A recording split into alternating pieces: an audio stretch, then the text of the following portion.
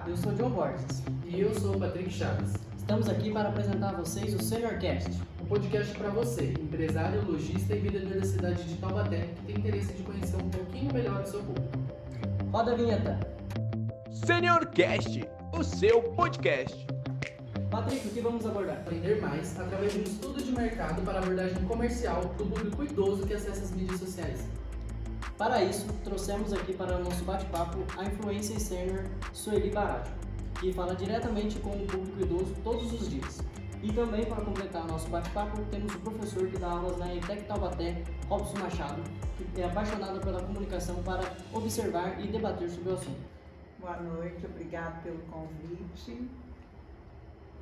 Também agradeço o convite que vocês fizeram para poder participar desse podcast. Não ver o quanto nós podemos ser úteis para auxiliar vocês aqui.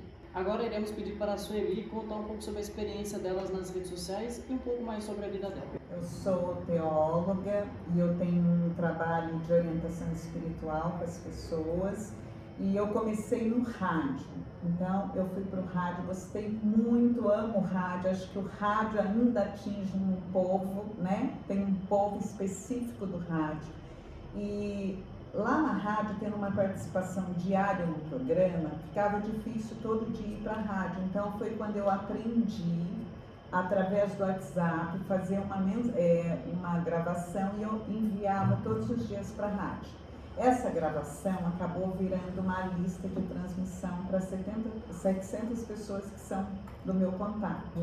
E aí eu comecei a aprender. E quando foi chegando a pandemia, eu já estava começando a fazer alguma live, estava começando a aprender, né, entrar nas mídias. E quando chegou a pandemia, então eu vi a grande necessidade, né? Não podia sair de casa, não podia falar com as pessoas procuravam pelo atendimento. E foi quando eu aprendi, né, a lidar um pouco mais com a mídia e foram criados os canais no Instagram, no YouTube e no Facebook. E foi quando eu comecei. E eu tenho um closet lá em casa e montei lá, muito pequeno, é um corredor, mas a gente conseguiu montar, ficou como um estúdio. E ali eu passei os dias, né, toda a pandemia, e passei o dia todo. E o povo tinha uma necessidade, né, disso, de conversar, todo mundo aflito, todo mundo desesperado com a pandemia. E eu ficava o dia todo, tinha pequenos intervalos, eu cheguei a precisar de pastilha para garganta, porque eu falava o dia todo, e em todos os momentos que eu entrava, as pessoas entravam. Muito bacana a senhora comentar isso, porque às vezes a pessoa tem vergonha, né, de entrar numa live, de fazer algum comentário, porque, eu não sei sobre aquele assunto, então a senhora falando sobre isso mostra às pessoas que elas podem também fazer isso, né? E é muito engraçado, porque quando a pessoa entrava ao vivo, né, a faixa etária do povo tem jovens, mas vai de 40 em diante. Então, todos com dificuldade, todo mundo aprendeu na marra. A pandemia foi uma explosão, todo mundo, ou você estava ali na mídia, ou você está solitário.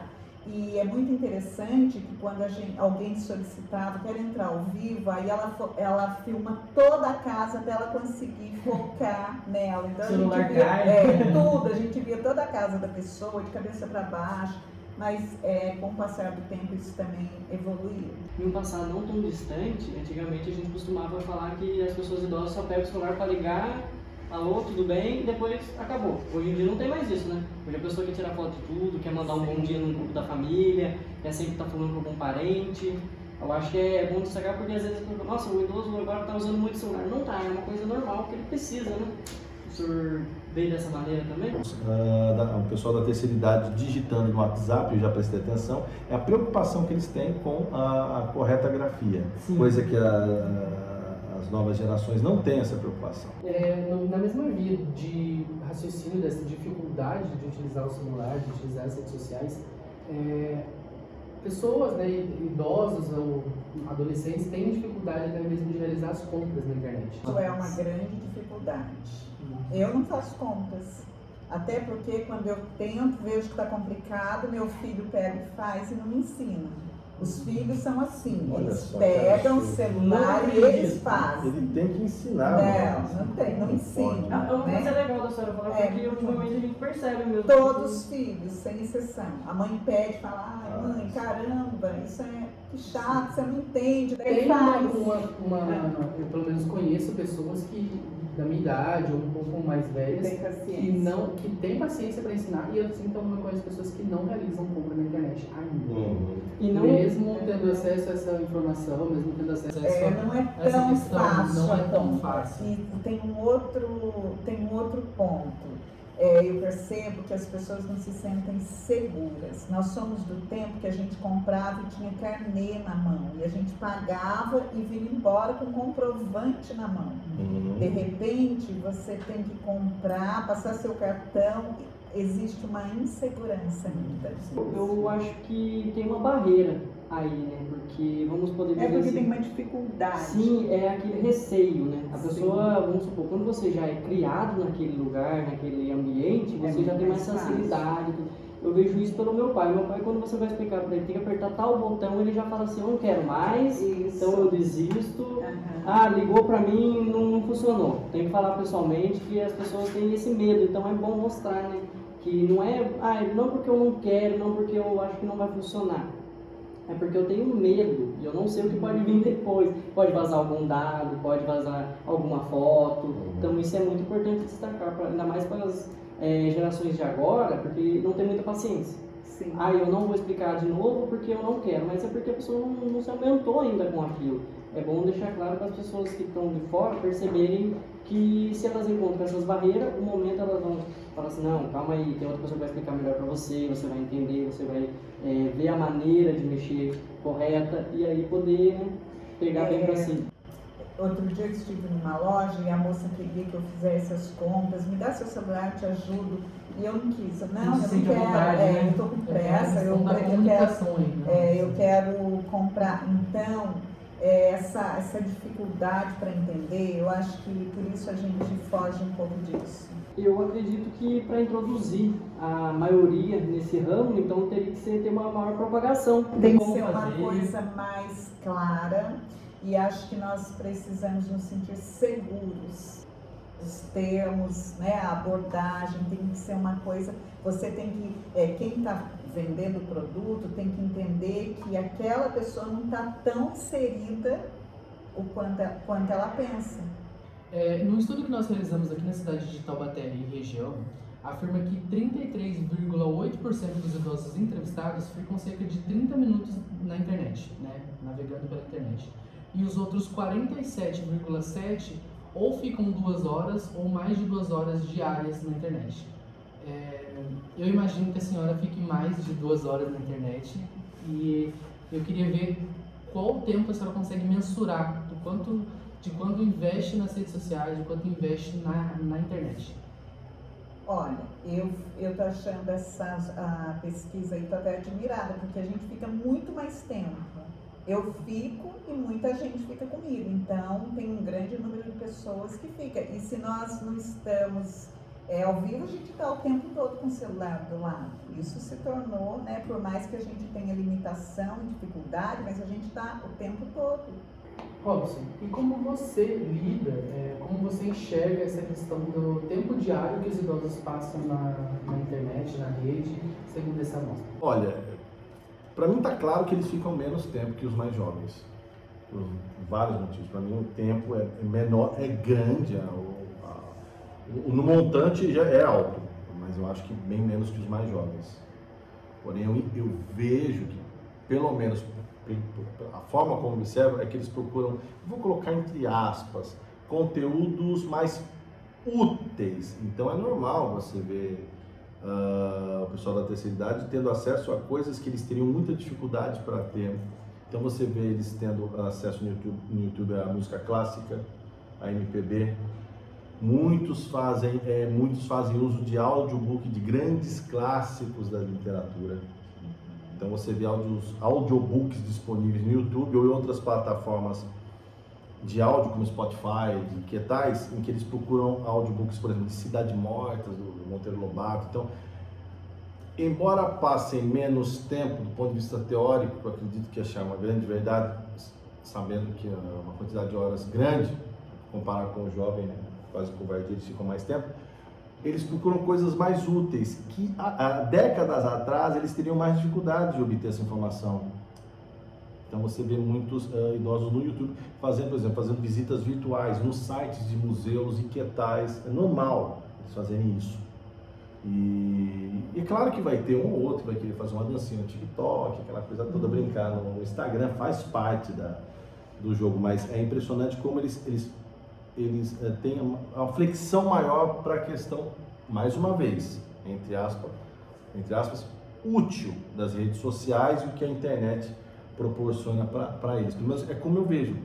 Desde quando houve a popularização da internet lá no final dos anos 2000 e o avanço das redes sociais já na metade dos anos 2010.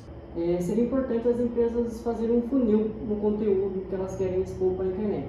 Conforme os idosos estão menos tempo, elas precisam saber qual rede social e de que maneira chegar com os anúncios até os idosos. Você tem uma sugestão de como eles podem, vamos supor, um anúncio com tal tipo de letra chama mais atenção para os idosos? Ou qual aplicativo propagar melhor? Eu acho que os aplicativos quase todos.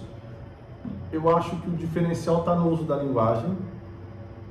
O idoso tem uma maneira de interpretar o idioma dele diferente do jovem, né?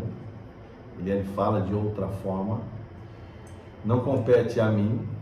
Acho que nem a Sueli diz se está certo ou está errado, mas é diferente. O idioma é um órgão vivo e ele vai mudando ao longo das gerações. Mas eu acho que as empresas devem se preocupar mais com a adequação e utilizar todas as plataformas, porque eles estarão em todas. Todas. A questão é no uso da linguagem, na maneira como se fala, na abordagem. Se vai ser mais lenta, se vai ser mais direta, se vai utilizar recursos audiovisuais diferentes dos demais, até pessoas, atores e garotos propagandas vinculados a isso, por figuras que para as gerações mais velhas têm um significado maior. Um exemplo, vou dar um exemplo simples aí, de figuras que para o brasileiro da terceira idade tem uma significância muito maior que para os jovens. É Fernanda Montenegro. O jovem, ela pode atravessar a rua com um rapaz de 15 anos, não tem a menor ideia de quem é aquela senhora, né? Ela e outras pessoas. Então as empresas têm que se atentar a isso, ao uso da linguagem, a imagem que vai ser vinculada, que é diferente, né? Não resta a menor dúvida, porque há diferença sim. Por isso que os mercados são sectorizados, eles são diferentes, não são iguais. Fazer também mais levantamentos, né? Por exemplo, a nossa pesquisa foi e entrevistou os idosos. Falta isso, falta esse tipo de jogo de pesquisa, sair mesmo do povão para tentar saber qual é a opinião deles, de que maneira chegar até eles, eu acredito. Por enquanto, como o público da terceira idade, no que se refere ao montante que é comercializado, por exemplo, no e-commerce, é incipiente, é muito pequeno, é natural que as empresas façam isso de modo intuitivo, mas é claro que terão outros profissionais de marketing, como os senhores, que vão tratar e travar, de buscar, de levar mais variáveis para fazer com que as empresas tenham acesso, né, para poder errar menos na forma como deverão chegar até o pessoal da terceira idade para vincular seus produtos, serviços, enfim. Quando um aplicativo, uma rede social como o Instagram atualiza ou modifica alguma ferramenta, como a senhora costuma procurar saber e de que maneira lida com isso? Tem uma pessoa que me ajuda, foi a quem criou para mim as redes, me ajudou, me ensinou. Então, como ela trabalha com isso, ela está atenta a todas as mudanças e aí ela me informa e ela me ajuda. Mas isso também é uma dificuldade, porque nem todo mundo tem, né, uma pessoa que possa assessorar. Eu vejo que assim, os idosos, nós fomos obrigados a aderir, né, a aprender, nós fomos obrigados. Eu me lembro que eu fui fazer um curso há muito tempo e no curso todo mundo lá no final, agora nós vamos trocar os e-mails. Eu disse, meu Deus, eu não tenho e-mail, não tinha nem e-mail naquela época. E fui obrigada, né? Fui obrigada. Quando eu fui fazer a faculdade, o meu professor Padre Joãozinho, Padre Joãozinho não usa papel, Padre Joãozinho ama a mídia, então ele colocava lá, olha, vai entrar tal hora, ele abre para ele colocava uma pergunta, você tem até tal hora para responder isso, eu fecho, encerro. Então, uma loucura. Ele foi meu orientador de TCC, ele não aceita uma folha. Não aceito nada, ele não pega papel. Já está bem atualizado. Então, a gente tem que, né, nós tivemos que correr atrás. Outro dia um menino jovem, ele canta, toca violão e ele foi fazer uma parceria lá comigo, uma participação. E aí no final ele disse assim, gente, agora, olha, eu vou ficar aqui pertinho da Sueli, vocês façam um print aí na tela, aproveita e faz um print. Ninguém sabia fazer print na tela, eu falei, ele está incomodado, o meu público não é o dele. Então ele fala, ai gente, faz um print. Falei, ninguém fez, ninguém sabia fazer print na tela. Nós vimos que o WhatsApp ele tem a maior aprovação e a maior aceitação para a questão de compras, para a questão de comunicação. Então 73,8% dos entrevistados utilizam o WhatsApp como rede social, 29,2% ainda utilizam o Facebook, por mais que as pessoas digam, né, que os follows de contas do Instagram está subindo em comparação ao Facebook. O Instagram ainda assim ele tem um público, seguindo as nossas pesquisas, de 16,9% de aceitação desse público. Mas mesmo nesse caso, a gente consegue perceber que para a questão de compras, o WhatsApp, para essa questão da comunicação com farmácias, eu vi padarias que estavam vendendo pão todos os dias pelo WhatsApp. E assim como lojas de roupa, por exemplo, já tem um nicho totalmente voltado para o Instagram. Um fator importante que eu acho que os idosos até se prendem, e às vezes a gente também, o pessoal mais jovem, é aquela história, tá muito barato, não presta, não adianta comprar porque vai dar hora de ser mentira. Desconfie. Tem um grande público que ainda pensa assim. Sim, porque nós somos do tempo que a gente compra, vê a mercadoria, pode pegar, né? Cheira até. Então, e aí a gente vai embora já com a mercadoria. Você paga, mas já leva. Eu não tenho esse controle também de aguentar, esperar e entregar. Às vezes eu vejo o produto e eu prefiro mesmo já sair com aquela sensação gostosa de sair da loja, com a sacola e chegar em casa. Tem também o prazer de ir dela. Permite falar, aqueles que não têm essa paciência, quando compram de forma eletrônica, ficam rastreando o produto todo dia. Uma hora e meia, porque essa noite de papel. Tem esse lado que ele disse, é verdade, existe aquele prazer da compra, né? Quando você vai até a loja, existe isso também. Estamos chegando agora ao final do nosso podcast e eu gostaria de agradecer ao Robson e à Sueli por terem dedicado um tempo, né, para a gente poder estar tendo esse bate-papo, para a gente conseguir entender um pouco melhor sobre esse público que está chegando nas redes sociais e o mercado precisa entender as necessidades, as vontades e assim também como o mercado precisa se adaptar. Então, mais uma vez, eu gostaria de agradecer pela participação e pelo tempo de vocês aqui, tá bom? Robson, você teria alguma dica a dar para os empresários que estão nos assistindo? Eu acho que eles precisam pesquisar um pouco mais, pelo menos quando eles forem lançar uma ação de marketing, alguma coisa, vamos lá, pensar nas plataformas, ainda usar a TV convencional, né, a TV e o rádio convencional para chamar as pessoas da terceira idade para migrarem para as redes, enfim, e entender que a linguagem tem que ser diferente e é um caminho sem volta. As empresas têm que entender que a linguagem é diferente para o idoso e que ele está entrando no mercado no tempo dele, sempre no tempo dele, de maneira parcimoniosa, com calma, com moderação, mas está entrando sim nesse mercado. E as empresas têm que entender que não é chegar e oferecer o produto, tem regra, tem método, tem estudo, e elas têm que fazer esse tipo de trabalho antes de oferecer. Certo. E Sueli, como você poderia dar uma dica para esses empresários, as pessoas comerciantes, para que eles saibam como lidar com o público? Eu acho que precisa ter mais clareza, como o professor aqui disse, precisa falar a nossa língua.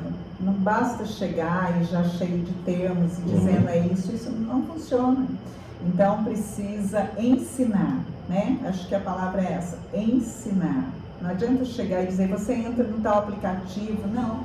Eu acho que precisa de uma clareza maior e nós precisamos nos sentir seguros para fazer uma compra. Então a gente tem que ter essa segurança, sentir que realmente a empresa vai cumprir o que ela está prometendo. Então a gente tem que se sentir seguro e entender. O problema maior de não comprar é porque a gente não entende. Bom, eu gostaria de chamar a nossa produção, né? Como forma de agradecimento, a gente gostaria de presentear vocês dois. Ah, que chique! Opa!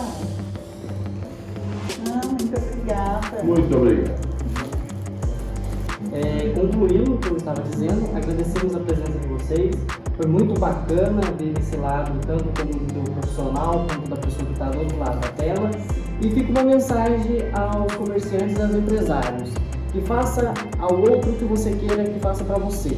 Pois todos nós um dia vamos ser idosos. Então tenham paciência, pois um dia vai ser você que esteja do outro lado. Esse foi o SeniorCast.